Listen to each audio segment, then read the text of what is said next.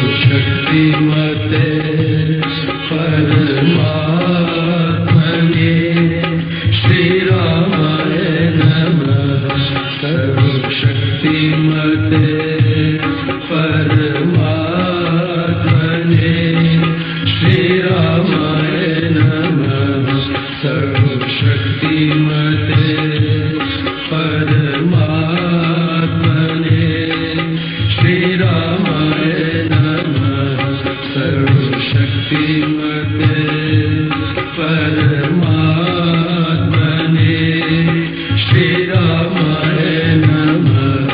सर्वशक्तिमते परमात्मने श्री रामाय नमः। सर्वशक्तिमते परमात्मने श्री रामाय नमः। सर्वशक्तिमते परमात्मने श्री रामाय। तो उस प्रवृत्ति नगरी में शांति कैसे हो सकती है? हनुमान जी महाराज मां शांति को ढूंढ लेते हैं। सारी चर्चा आपने पढ़ी, बहुत कुछ देखा है। आगे की चर्चा तो करेंगे रात को। इस वक्त हनुमान जी महाराज को भूख लग गई है। स्वामी जी महाराज ने इसका नहीं लिखा, रामचरितमानस में इसका बड़ा अच्छा वर्णन आता है। हनुमान जी महाराज को भूख लग गई। मां से पूछते हैं, मुझे भूख लगी है, आप कहो तो मैं खा लूं। मां सीता पूछती है, वत्स क्या सचमुच भूख लगी है? और प्रवृत्ति नगरी में तू तो वैरागी है, संतुष्ट है, ये भूख कैसी? हनुमान जी महाराज बड़ा सुंदर उत्तर देते हैं, जैसे एक बालक को देना चाहिए मां को उत्तर।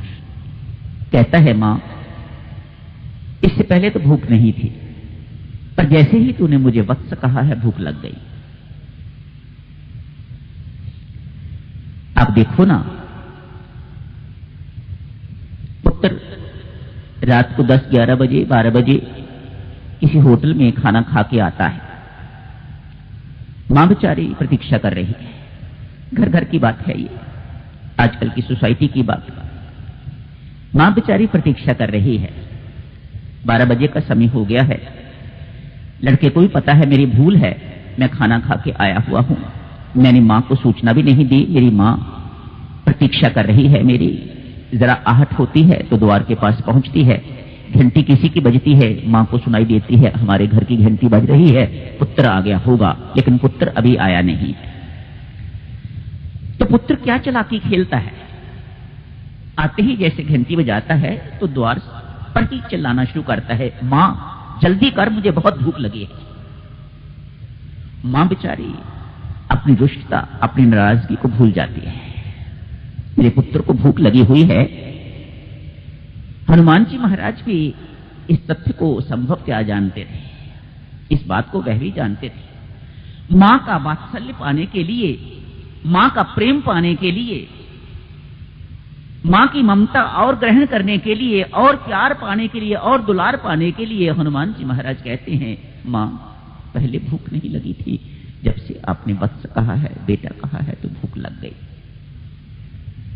यहां पर बहुत सुंदर बात कहती है मां।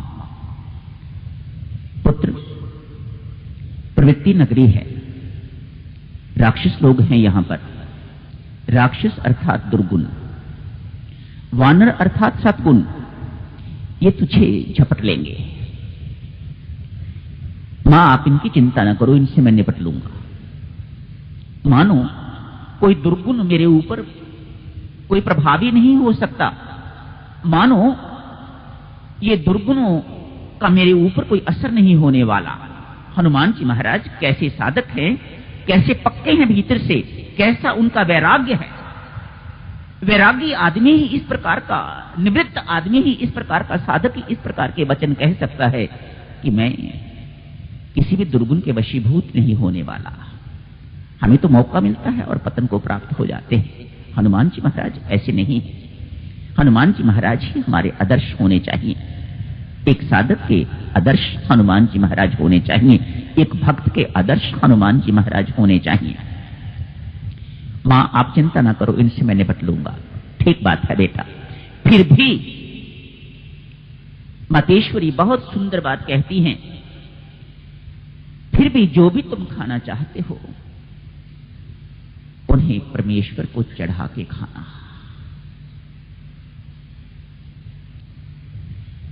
प्रसाद बना के खाना। भक्ति की शोभा भी भक्तजनों इसी में ही है। इसलिए भक्त भोजन का भोग नहीं लगाता, वह प्रसाद का सेवन करता है। अन्न पते, ये अन्न है तेरा दान महान, मैं परमात्मा तेरा दिया हुआ दान खा रहा हूं। स्वामी जी महाराज ने कितने सुंदर शब्द लिखे हैं। मानो जो आप मुझे दे रहे हैं और जो आपके हाथ से, जो आपके घर से आता है, उसे प्रसाद कहा जाता है। हनुमान जी महाराज पकड़े जा रहे हैं, पकड़े गए, रावण के दरबार में ले जाया गया है। पूंछ को आग लगा दी गई। रात को करेंगे थोड़ी इसकी चर्चा, ये योजना किसकी है, क्यों आग लगाई गई, क्या हुआ, रात को करेंगे चर्चा। इस वक्त किसी ने प्रश्न कर दिया, हनुमान, जो कोई किसी के घर को आग लगाता है, किसी व्यक्ति को जला देता है, अन्न को जला देता है, खेत को जला देता है, उस व्यक्ति को आतताई कहा जाता है। आतताई अर्थात अक्षमनीय अपराध करने वाला, अक्षमनीय पाप करने वाला। पाप क्षमा नहीं, आतताई को मारना, मृत्यु दंड देना अपराध नहीं माना जाता, ऐसा वर्णन आता है आतताई के लिए। हनुमान जी महाराज कहते हैं, भाई बिल्कुल आप ठीक कह रहे हैं, आपने जो आतताई के बारे में सुना है वह बिल्कुल ठीक है। आतताई व्यक्ति तब बनता है जब जिंदा व्यक्ति को जलाया जाए। मैंने जिंदा व्यक्ति को नहीं जलाया, और शव को जलाना आतताई नहीं है। लंका नगरी क्या शव है? हां, लंका नगरी शव है, जिसमें भक्ति का निवास नहीं है, वह शव है। और शव को जलाना पाप नहीं है। शव को तो घर में रखा ही नहीं जाता, मुर्दे को तो घर में रखा ही नहीं जाता, उसे जलाने में ही भलाई है। इसलिए मैं अपराधी नहीं हूं। जहां भक्ति का निवास ही नहीं है, ऐसा शरीर भी भक्तजनों शव ही है, मुर्दा है, जिस शरीर में भक्ति नहीं है। इसलिए मैंने जिंदा नगरी को नहीं जलाया, मैंने जिंदा इंसान को नहीं जलाया, मैंने मुर्दा को जलाया है, और मुर्दा को जलाना पाप नहीं है। यही समाप्त करने की इजाजत दीजिएगा भक्तजनों, करेंगे चर्चा शेष रात को। हनुमान जी महाराज जैसा बनना है हमें। इतना बड़ा काम करके गए हैं, अपने मुख से कभी नहीं कहा मैंने कुछ किया है। अकर्तापन,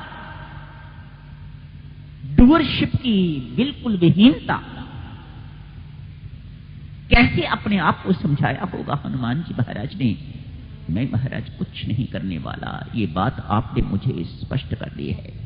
यही है साधना। भक्तजनों, आप साधना में प्रगति करते जा रहे हैं जब ये बात स्पष्ट होने लग जाए, जब परमेश्वर की अनुकंपा, अकारण कृपा आपको ये स्वयं स्पष्ट करने लग जाए, सब कुछ मैं ही हूं करने वाला, तू कुछ नहीं करने वाला, तू कुछ नहीं कर सकता, तो समझना चाहिए परमात्मा ने अपना वरद हाथ जो है वह आपके सिर पर रख दिया है। हनुमान जी पर मेरे राम की ऐसी ही कृपा थी। रात को करेंगे चर्चा।